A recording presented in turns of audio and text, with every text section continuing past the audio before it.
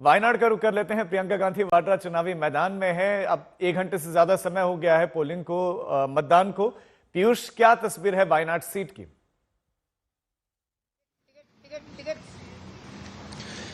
जी बिल्कुल, मतदान शुरू हो चुका है और प्रियंका गांधी इस बार चुनावी मैदान में है। कांग्रेस की कैंडिडेट है वो, और काफी बढ़ चढ़कर उन्होंने चुनाव प्रचार किया। कई मुद्दों को लेकर वो लोगों के बीच में कही। एक बात जो सबसे महत्वपूर्ण उन्होंने कही कि वो चाहती है कि वायनाड जो है वो एक ग्लोबल प्लेटफॉर्म पर टूरिस्ट डेस्टिनेशन के तौर पर बने। केरला में अगर कोई भी घूमने आए तो वायनाड जरूर आए, और ये इसके अलावा डेवलपमेंट और बाकी चीजों पर भी वो बात करती रही। लेकिन इसी के साथ साथ एनडीए और एलडीएफ इन्होंने भी अपने जो कैंडिडेट्स हैं वो उतारे, और आज आपको बता दें उसको लेकर वायनाड में बाइपोल को लेकर वोटिंग चल रही है। राहुल गांधी ने फैसला लिया था कि वो रायबरेली से चुनाव लड़ेंगे, उसके बाद से वायनाड में टिकट जो है वो प्रियंका गांधी को दिया गया। हालांकि लोगों से काफी लंबे समय दिखाए, वहां पर दिखाएं किस तरह का उत्साह दिख रहा है।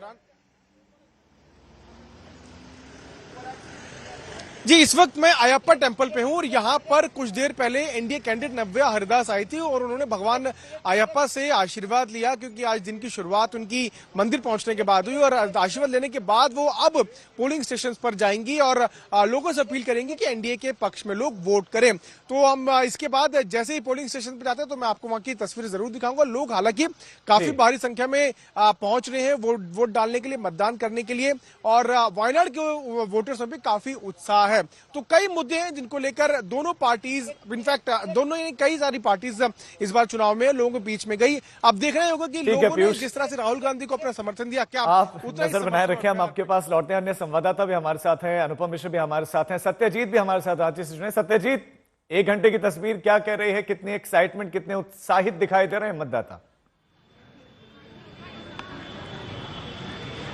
बेहद उत्साह देखा जा रहा है, चरम का उत्साह जिसे कहा जा सकता है वोटर्स में। और आज उनका दिन है। जबरदस्त कैंपेनिंग हुई इंडिया अलायंस की तरफ से। इसके अलावा अगर हम बात करें तो एनडीए अलायंस की तरफ से प्रधानमंत्री आकर गए, और इसके बाद देश के जो है होम मिनिस्टर वो आकर गए, राहुल गांधी आकर गए। सबने अपने हिसाब से अपने वोटर्स के लिए नैरेटिव बिल्ड करने की कोशिश की। लेकिन आज वोट का चोट अगर कोई देगा तो वो है आम जनता, आम वोटर्स। देख सकते हैं निकल रहे हैं, एज का किसी को परवाह नहीं। ऑक्टाजेनेरियन को हमने देखा, 70 वर्ष से ज़्यादा लोगों को देखा, वैसे लोगों को देखा अशोक नगर रेसिडेंशियल एरिया में जो चल नहीं पाते हैं वो भी रैंप के सहारे जो है जाकर मतदान कर रहे हैं। सिंगापुर से लोग पहुंच रहे हैं, यूएसए से सिर्फ वोट मताधिकार का प्रयोग करने के लिए पहुंच रहे हैं। मताधिकार करने के बाद तुरंत वापस चले जाएंगे। तो ये है जो बयां करता है उत्साह। और ये कि फर्स्ट टाइम वोटर, आप फर्स्ट टाइम वोटर है तो ये देखिए तमाम लोग जो है यहाँ पे अपने फ्रेंचाइजी का एक्सरसाइज करने के लिए पहुंच रहे हैं। कुछ फर्स्ट टाइम वोटर्स जो है उनसे भी हमारी बात हुई। उनका साफ तौर से कहना था, एक जो बच्ची थी उसकी तबीयत खराब थी, फीवर थी, उसके बावजूद वो पहुंची थी, और एक बच्ची जो गुजरात में पढ़ती थी वहां से स्पेशली छुट्टी लेकर पहुंची थी। तो लोकतंत्र के असली मायने यही है, government for the people, of the people, by the people. और आप जब ड्राइंग रूम में बैठकर चर्चा करते हैं कि ये डेवलपमेंट होना चाहिए था, ऐसे होना चाहिए था, वैसे होना चाहिए था, वो नहीं होता है और आपने मताधिकार का प्रयोग नहीं करते हैं तो सब कुछ वेस्ट है। अब ये जो इन बातों को जो समझ रहा है, अब जो जनता की कुंजी है, जो यहाँ लोकतंत्र की जो कुंजी है वो जनता के पास है। अब जनता जो है वो बिल्कुल जो है सजग है, सजग तरीके से वोट कर रही है, और आज उनके एक एक वोट के मायने होंगे। एक एक वोट से वो लोकतंत्र के जो स्पिरिट है उसको दिखाएंगे, उसको जो है वो उसको इंटैक्ट कर रहे हैं, उसको सार्थक कर रहे हैं। तो जाहिर तौर पे आज जनता का दिन है। वो तस्वीर लिखेंगे 683 उम्मीदवार जो पहले चरण में किस्मत आजमा रहे हैं, उनके किस्मत का लेखा जोखा आज इन जनता के पास है, इन वोटर्स के पास है। यही उनका भाग्य जो है ईवीएम में सील करेंगे। और सिक्योरिटी के भी एलैबोरेट अरेंजमेंट किए गए हैं। 200 कंपनी लगाए गए हैं। लगभग 15,333 बूथ है। मतदान जो है सुबह 7 बजे से लेकर शाम 5 बजे तक होगा। 900 लगभग जो है 85 बूथ जो है वहाँ शाम 4 बजे तक ही होगा, क्योंकि सेंसिटिव पॉकेट्स हैं। के रवि कुमार जो चीफ इलेक्टोरल ऑफिसर है वो बता रहे थे कि तमाम व्यवस्था किया गया है। अगर जरूरत पड़ी तो एयर सर्विलांस भी जो है वो किया जाएगा।